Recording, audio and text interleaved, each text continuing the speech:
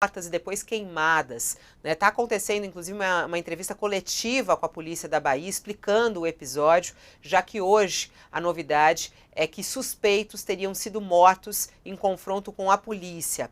Bom, a Polícia Civil da Bahia disse no fim da manhã de hoje que a chacina que deixou 9 pessoas mortas em Mata de São João foi causada por um crime passional e citou ligação com uma disputa entre traficantes. A Polícia Civil disse que há disputas internas dentro de uma mesma organização criminosa. Contudo, a reportagem do UOL, com base em fontes ligadas às forças de segurança, apontou que o crime teria sido motivado por uma briga entre facções rivais pelo controle do tráfico de drogas na região. Isso, de certa maneira, também foi dito pelo prefeito da cidade aqui ontem, ao vivo, no All News, no qual ele disse que há justamente ali brigas entre facções e a força do crime organizado entrando nas cidades, foi o que ele disse, e a dificuldade do governo do estado controlar isso. Bom, a notícia de hoje é que 2 suspeitos de participação nessa chacina foram mortos em confronto com a polícia. Um suspeito foi preso e um 4º integrante do grupo fugiu e está escondido em uma área de mata, de acordo com os investigadores. Mais cedo, numa nota divulgada à imprensa, a polícia da Bahia disse que esses suspeitos teriam resistido a uma ordem de prisão e aí, por isso, foram atingidos por tiros, né? E diz também que eles também soltaram tiros. Bom, nós estamos em contato neste momento com o Dudu Ribeiro, ele é diretor executivo da Iniciativa Negra e coordenador também da Rede de Observatórios de Segurança na Bahia e que pode trazer também para a gente mais informações sobre mais um caso de violência na Bahia. Olá, Dudu. Boa tarde, seja bem-vindo aqui no nosso All News. Boa tarde, Fabiola. Boa tarde, Leonardo e todos que nos assistem. Bom, a Polícia Civil acaba de dar uma entrevista coletiva em que aponta a possibilidade de um crime passional. Na verdade, não só uma possibilidade, foi o que a delegada, na verdade, confirmou, sim, um crime passional. A primeira apresentação na data de ontem foi ligando a uma rixa do tráfico de drogas, mas o que nos deixa sempre bastante receosos, porque nós já monitoramos através da rede de observatórios da segurança que a Polícia da Bahia é uma das polícias que mais justifica as operações e ações que acontecem na Bahia vinculado à disputa do tráfico de drogas. É óbvio que muitos dos episódios de tiroteio, que inclusive nós monitoramos também com fogo cruzado, eles têm a ver com a disputa, mas é sempre bom a gente também perceber que as investigações é que devem conduzir ao resultado final e não as ilações ou as acusações, né? A gente já monitorou, inclusive, é importante que a produção cidadã de dados ela seja levada em consideração, que, inclusive, na recente aparição agora da delegada na televisão aqui da Bahia, contestou os dados produzidos pelas organizações da sociedade civil. Nós demonstramos que só nesse ano já foram 30 episódios de tiroteios na região de Mata de São João, assim como nós também demonstramos a partir de outro relatório da Rede de Observatórios da Segurança, já tínhamos demonstrado a quantidade de ameaças sofrida pelos povos e comunidades tradicionais, o que resultou na morte de Mano Bernadette. Mas o que a gente tem recebido da Secretaria de Segurança Pública é uma contestação dos dados e não um acolhimento de informações que elas podem ser úteis para a produção de segurança. Dudu, boa tarde já, boa tarde, Leonardo Sakamoto. Puxando o gancho do que você falou da contestação, né? Muito chocou, na verdade, acho que a gente que cobre também segurança pública, quando o Fórum Brasileiro de Segurança Pública divulgou o anuário mostrando que a Bahia, no ano passado, passou o Rio de Janeiro em letalidade policial, né? No ano passado, a Bahia era ainda gerida pelo governador Rui Costa, né? Agora ministro, e agora pelo governador Jerônimo Rodrigues. E aí, quando saiu isso, o governo da Bahia soltou uma nota mais inacreditável que os dados ainda, dizendo que, basicamente, que só tinha olha, não, mas morreu é porque é bandido. Não é invertendo o ônus da investigação, né? Aquela que você acaba de falar, o pessoal fala, basicamente morreu porque é bandido. Ou seja, a bala do policial é que define o culpado.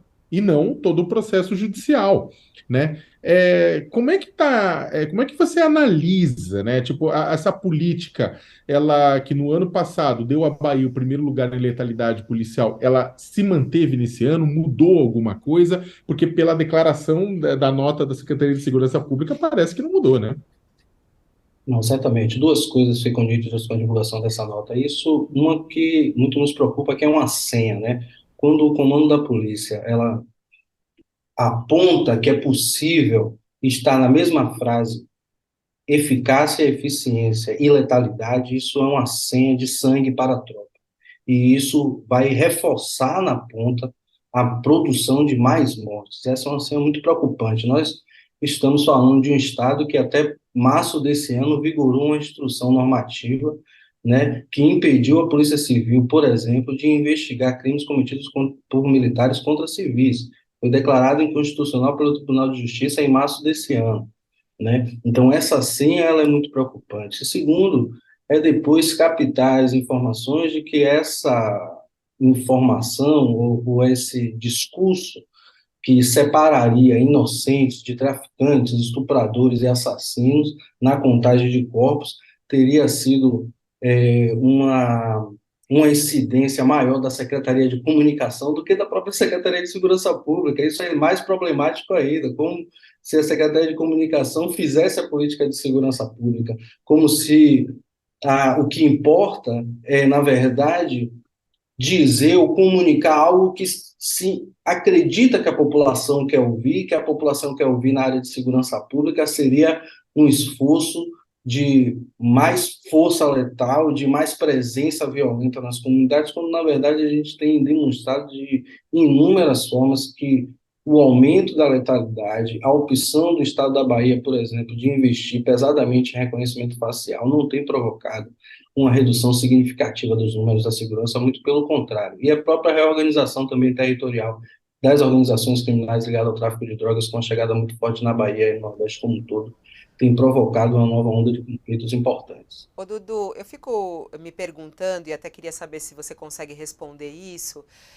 se essa atitude da polícia da Bahia, ela ocorre por força da polícia, porque a gente sabe o meio policial como um todo, ou se é mesmo com o apoio e mais, com o aval do governador nesse sentido. Quer dizer, essa atuação da polícia tem o aval do governador atual da Bahia, que é um pouco do que o Sakamoto disse, na nota, ele deu esse entendimento e esse apoio aí. Mas é com o aval que a polícia age dessa maneira?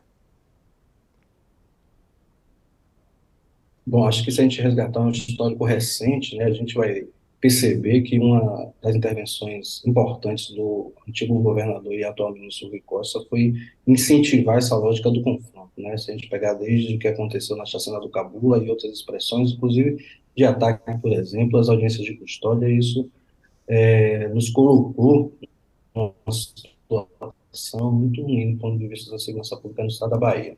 O governador Jerônimo, até o presente momento, pelo menos o que a gente tem acompanhado, tem incentivado internamente a busca de novas soluções, mas infelizmente a gente inclusive viu a última entrevista dele reforçando essa lógica de que a Polícia Militar da Bahia ela tem uma eficiência nas suas ações. Isso aí a gente precisa levar em consideração, porque não é possível, primeiro, conjugar letalidade e eficiência na mesma frase, segundo, passa uma mensagem equivocada para a tropa, mas eu acho que isso também tem um movimento que é importante da gente discutir, inclusive nacionalmente, de como, na verdade, o militarismo consegue chantagear o comando civil dos governos nas polícias, né? E isso tem diversas expressões, inclusive as próprias ameaças de greve e as próprias greves que nós tivemos na Bahia foram também um demonstrativo, e eu acho que eles continuam resultando nos acordos que os governos fazem até hoje. Eu acho que